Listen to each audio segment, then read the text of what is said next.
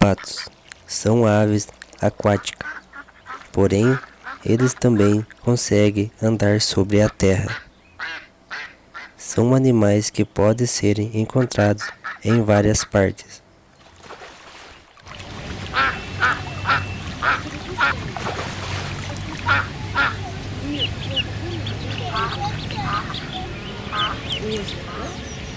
São animais onívoros.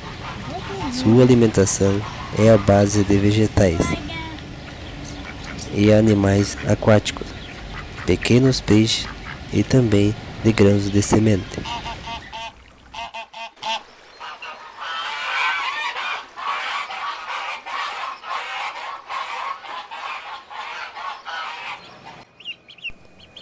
Os patos são menores do que os gansos e também menores que os cisnes.